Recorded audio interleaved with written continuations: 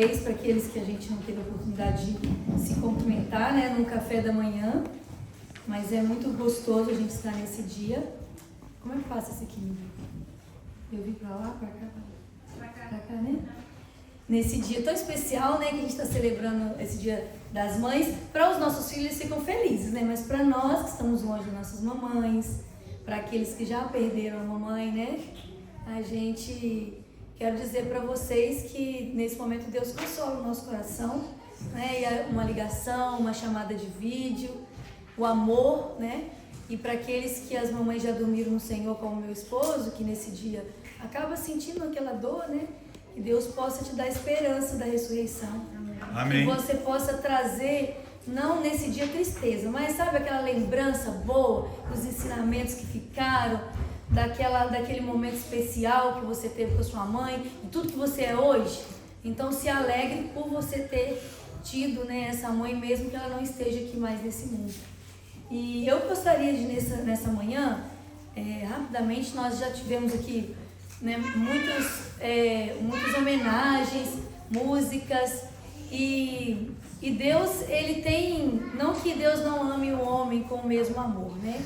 Mas Deus, a gente encontra passagens na Bíblia onde Deus compara um pouquinho assim, né, do amor dele de longe com o amor de mãe, né, a ponto dele dizer que ainda que uma mãe venha se esquecer de um filho, que é muito difícil, mas que a gente sabe que hoje, nos dias que a gente vive, é real, né, muitas mães abandonam mesmo os filhos, mas ainda que isso acontecesse, ele diz: eu jamais te abandonarei.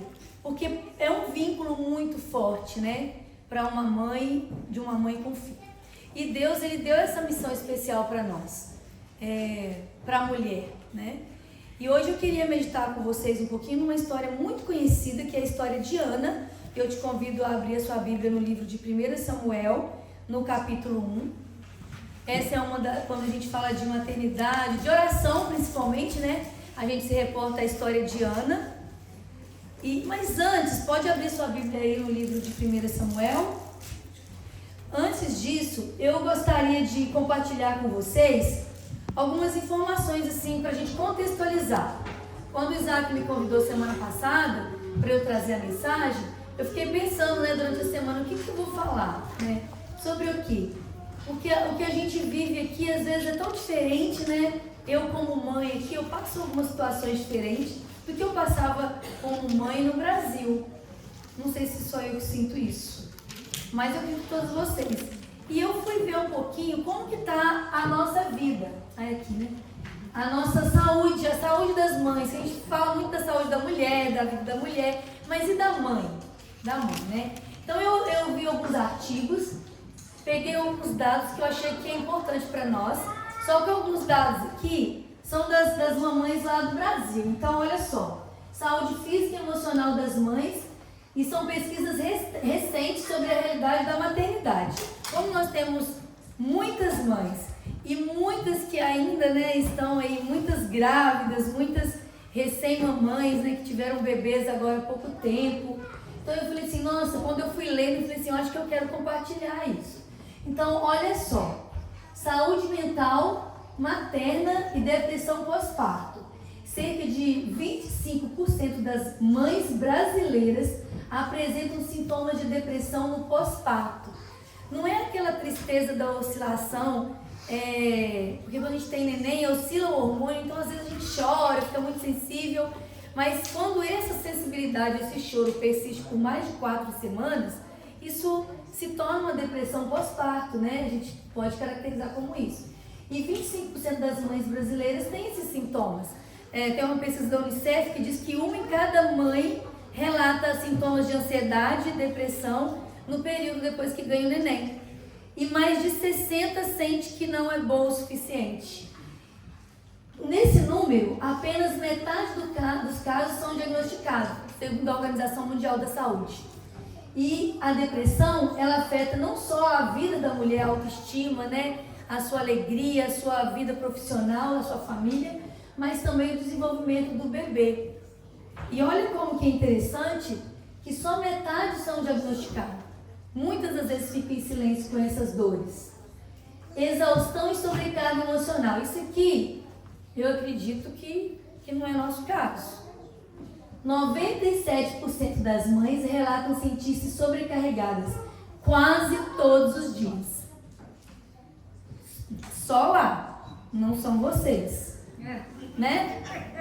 94% relatam estar esgotadas. A sobrecarga leva à culpa e aí começa todo um desgaste na relação familiar, porque você se sente incapaz, você sente que não deu conta, você vê às vezes o seu filho errando, você acha que aquele erro é seu, porque quando o filho erra, para a mãe está errando, né? Não dói na gente como se a gente tivesse cometido o erro. Então, isso são pesquisas, eu tenho aqui os artigos, se alguém quiser, eu já até salvei no meu WhatsApp, porque às vezes você quer ler mais a fundo, tem em inglês, mas isso não é problema para nós, né? Não é. Então, o Google ajuda. E esse dado aqui, né, especialmente lá no Brasil, no mundo, aliás, 720 mulheres morrem por dia por questões, complicações na gravidez, que poderiam ser evitadas. 720 mulheres no mundo.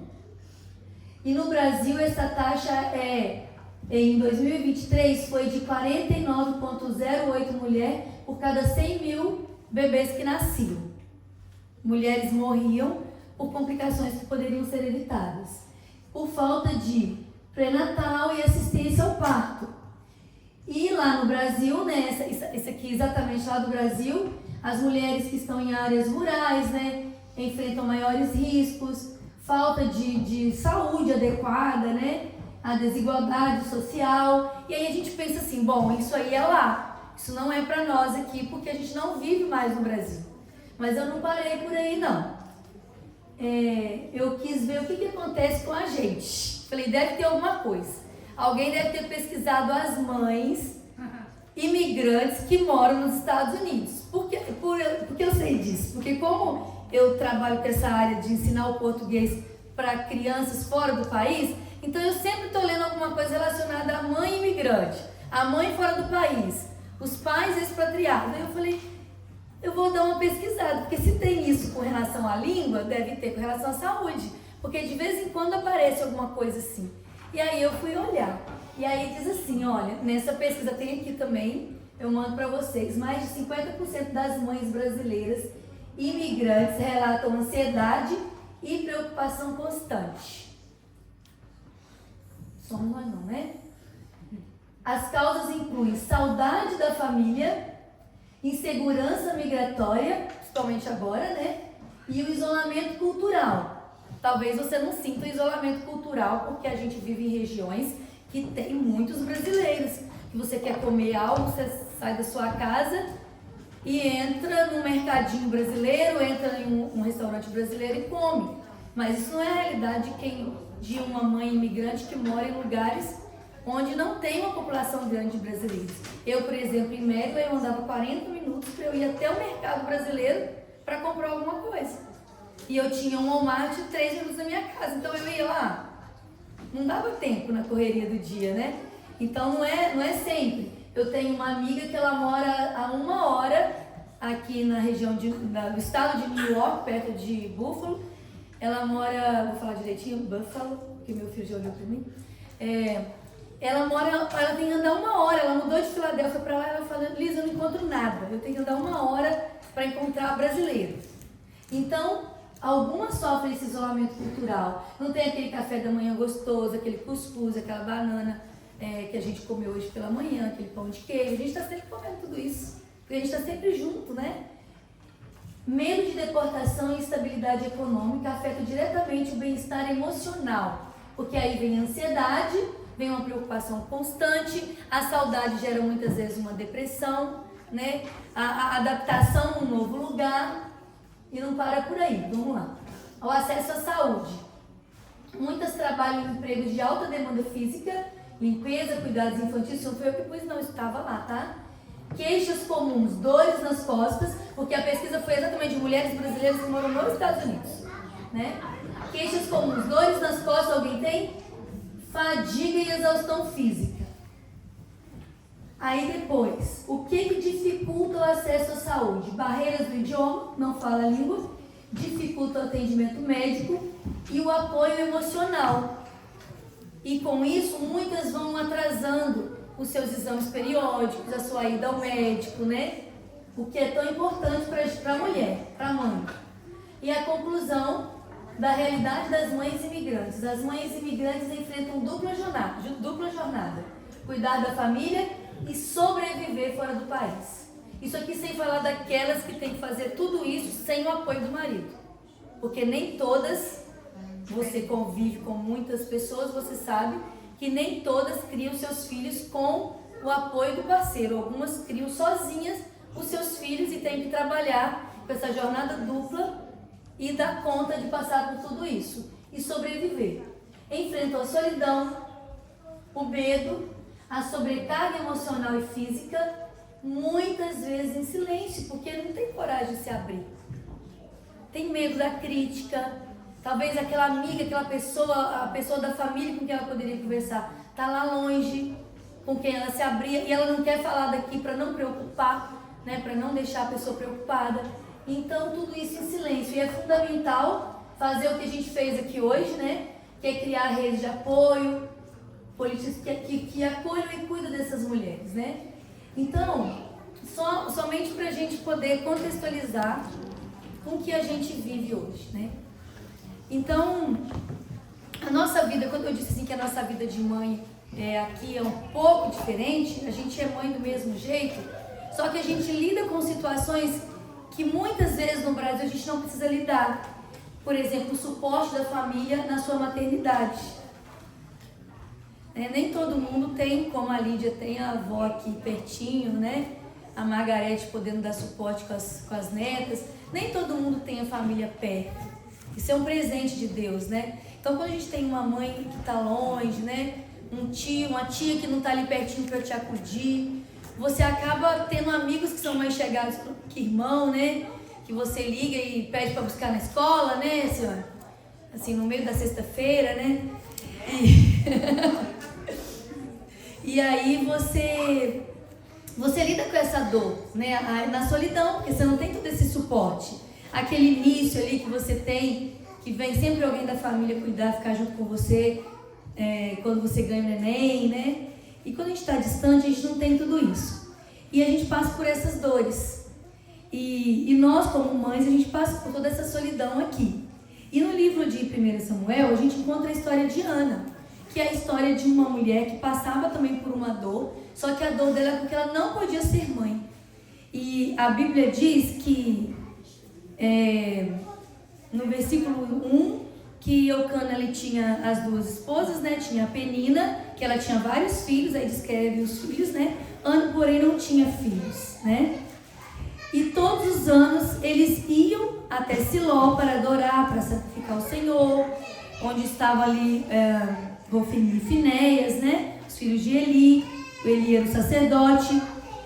E Eucana sempre ia com a sua família toda, mas eu imagino, né, eu não pesquisei sobre isso, mas eu imagino, porque a Bíblia diz aqui que Eucana ele tinha um amor a mais por Ana, e a ponto de que ele no sacrifício, quando ele sacrificava um animal, ele tirava uma porção dobrada e dava para Ana, porque ele tinha uma afeição maior por ele.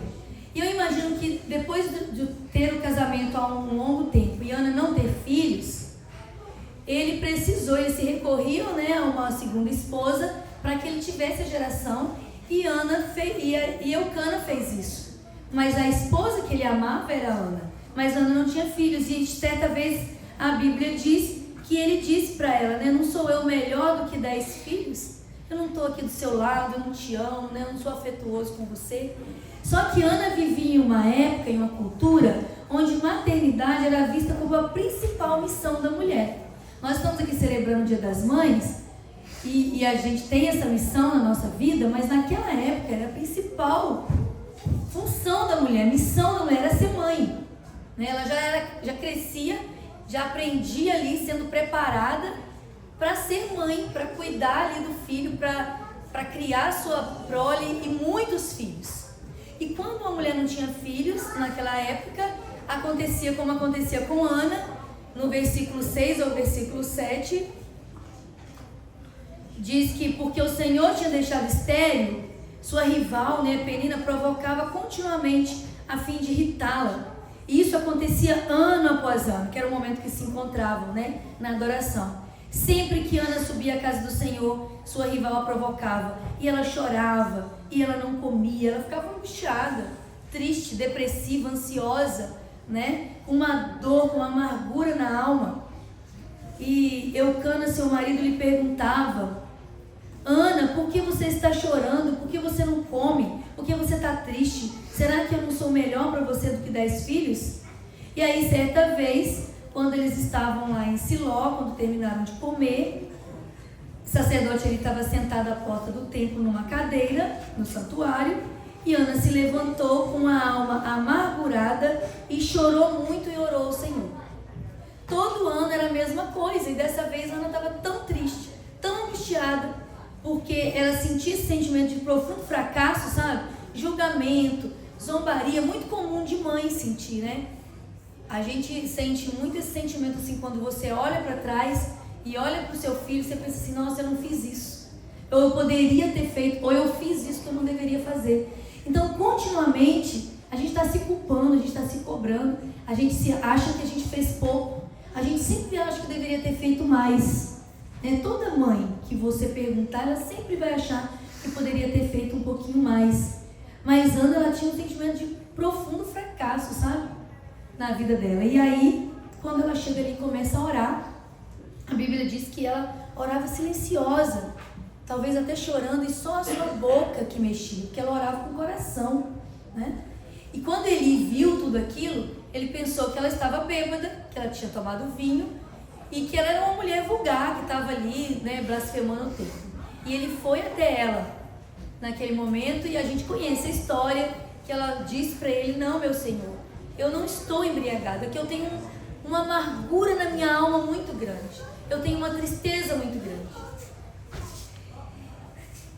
E Ana, hoje, muitas mães vivem essas dores silenciosas que Ana vivia, essa tristeza, sabe, essa culpa materna, essa culpa que vem da rede social, que você vê que a vida lá está tudo bonita, a cobrança porque você quer conciliar trabalho, uma carga excessiva com a casa, com os filhos, a luta contra a sua própria sentimentos, da sua própria emoção, a ansiedade que às vezes vem, a tristeza, uma depressão, uma doença emocional que às vezes chega até uma mãe. E por isso que 60% das mães não acham que é boa o suficiente, acham que poderia ter feito mais.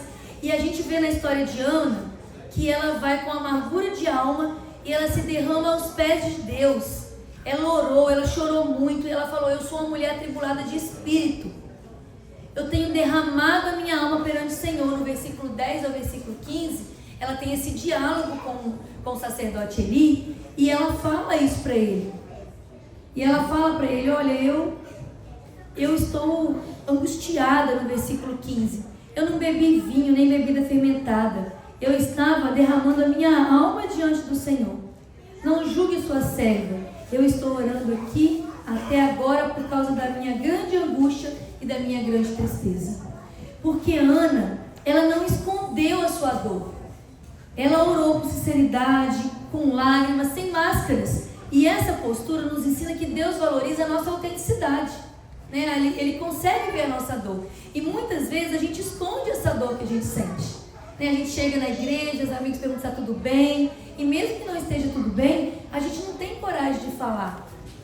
De abrir o coração talvez com alguém e falar da nossa angústia. E claro, a gente tem nossos motivos para isso, mas a gente às vezes coloca máscara, sabe? Como se só nós, assim, só você tivesse as dores, tivesse as lutas, tivesse a angústia de alma. Às vezes a gente não tem essa sinceridade, essa postura que nos ensina que Deus valoriza também a nossa sinceridade.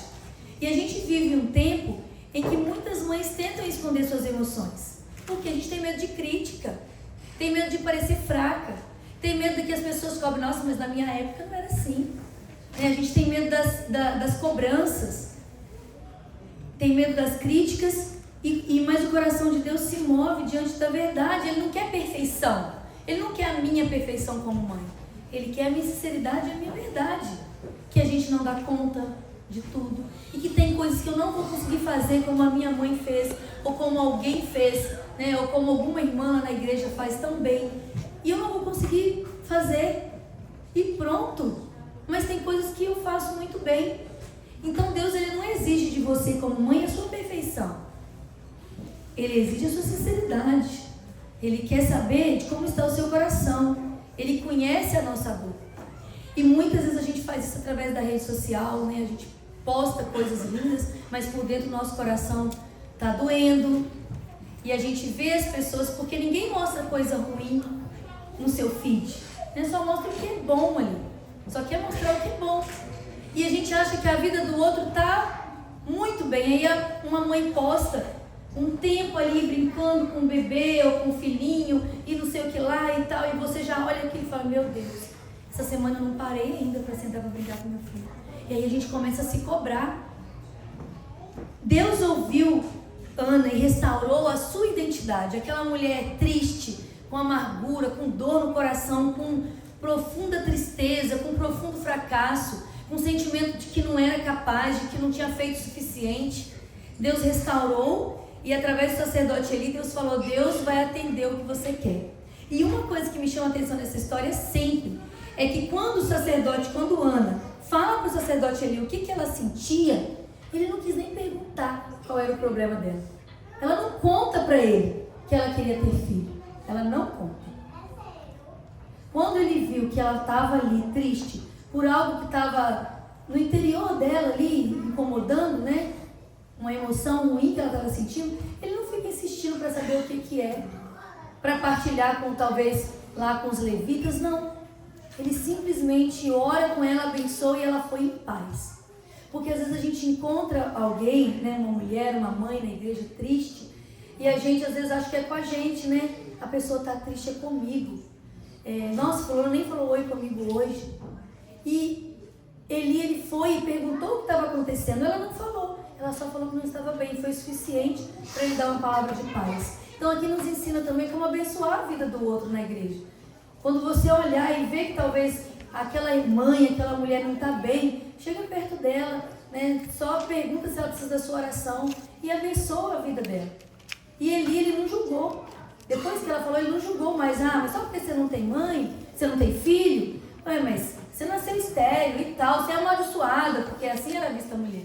Não, ele teve empatia com a dor dela e ele simplesmente estendeu o ombro num momento de solidão que ela vivia, num momento de tristeza, ela não tinha mais para quem recorrer, e ela recorreu a Deus na pessoa do templo, na pessoa do sacerdote Eli, e ela recebeu o ombro amigo. Talvez seja isso que muitas de nós estejamos precisando hoje, né? Menos julgamento e mais amor, mais compreensão. Deus ouviu a oração de Ana, restaurou a sua identidade. E quando a gente olha a história de Ana, a gente pensa assim que o milagre, né, foi ela ter tido Samuel. E tem toda a história que ela dedicou Samuel ao templo, e a gente sabe quem foi Samuel, né, que ela mudou gerações aí através do filho. E a gente olha para Samuel e a gente diz, nossa, que milagre, ela não podia ter filho, ela engravidou. Mas o verdadeiro milagre não foi o filho que ela teve. O verdadeiro milagre foi o que Deus restaurou o interior de Ana, sabe? Aquela mulher depressiva, triste, angustiada, que chorava, que não comia, que passava os dias de adoração ali em jejum, não comia, que tinha uma dor profunda. E ela já saiu dali, a Bíblia diz que quando ela se levanta, ela já se levanta feliz, ela levanta, ela vai e come. Eu imagino que ele deve ter até se assustado. O que aconteceu? Porque ele tinha visto uma mulher triste, chorosa, todo ano era a mesma coisa, ele via isso acontecendo. E agora a mulher sai e volta, feliz, radiante, vai para casa e passa um tempo e ela engravida. Só que ela não esperou ela engravidar para a mudança acontecer na vida dela. Naquele encontro que ela teve com Deus, ela já teve a alma dela restaurada, ela já teve as suas emoções apaziguadas, né, amenizada, aquela dor, aquela ansiedade. E um verdadeiro milagre foi esse milagre que Deus fez. Nesse encontro que ela teve com ele, que ela voltou com esperança, com dignidade. gente lê mais pra frente, quando você vira a página, e você lê o cântico de Ana. Então você sente essa alegria. Quando Deus age, Ele não só resolve o nosso problema, Ele transforma o nosso interior, Ele muda a nossa identidade. Não é o que nós temos, mas quem Deus diz que nós somos. E Ana entendeu isso. Não é o que ela tinha, se ela tinha filho não, é quem ela era. E não é o que você tem, mãe, é o que você é para Deus. E a maternidade, ela tem um propósito de transformar gerações. A Bíblia diz que o menino Samuel crescia em estatura e em graça diante do Senhor e dos homens. Ana formou um filho com identidade, com fé, propósito, e aí ela entregou desde a maternidade, né, ele para Deus. E ela teve toda uma geração transformada pela vida de Samuel. Mães transformadas também geram filhos transformados. A maternidade com Deus é um chamado eterno. Não é apenas uma fase da vida, mas é um chamado para a vida. E o que Deus espera de nós versus, comparado com o que o mundo exige de nós hoje. A nossa identidade. O mundo espera que uma mãe seja incansável, que a gente seja sempre feliz, produtiva, perfeita. As redes sociais reforçam isso, Um padrão inalcançável, onde as mães nunca erram, onde as casas são impecáveis e os filhos sejam sofridos.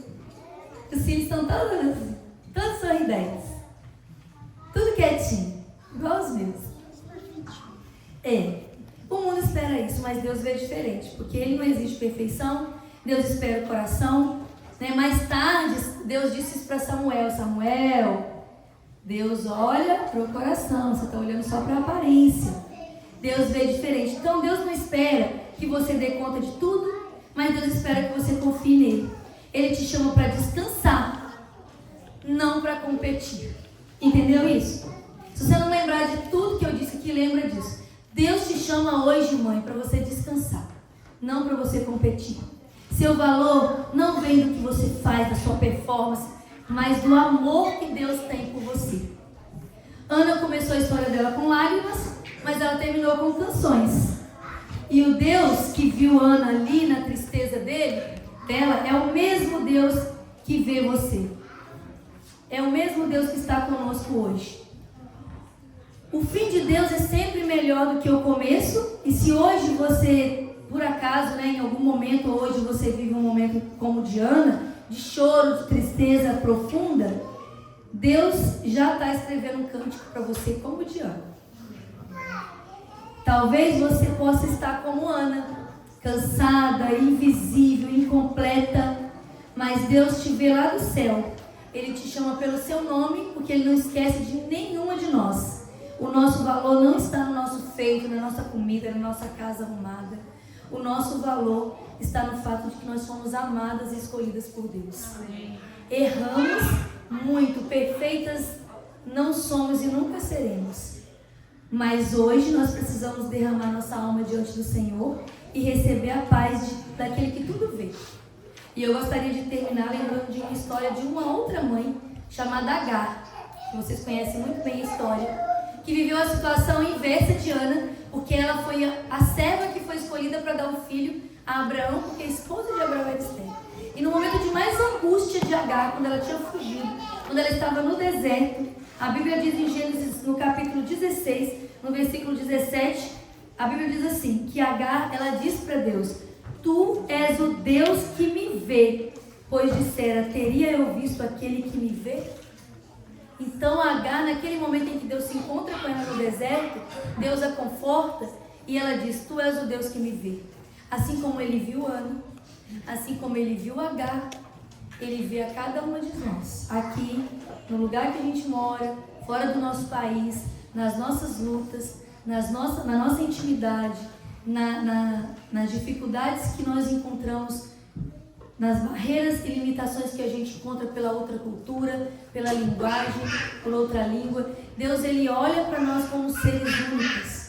Ele vê lá no cantinho lá da sua cama, Ele vê como você deita com o seu coração, as orações que você derrama pelos seus filhos, que está sendo criado em um outro lugar.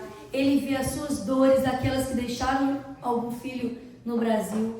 Ele vê a dor daquelas que não têm tempo suficiente para ficar com os filhos porque precisam buscar o sustento fora e não conseguem às vezes passar o tempo que deveria passar com os filhos. Deus vê todas as nossas lutas e Ele não exige de nós perfeição.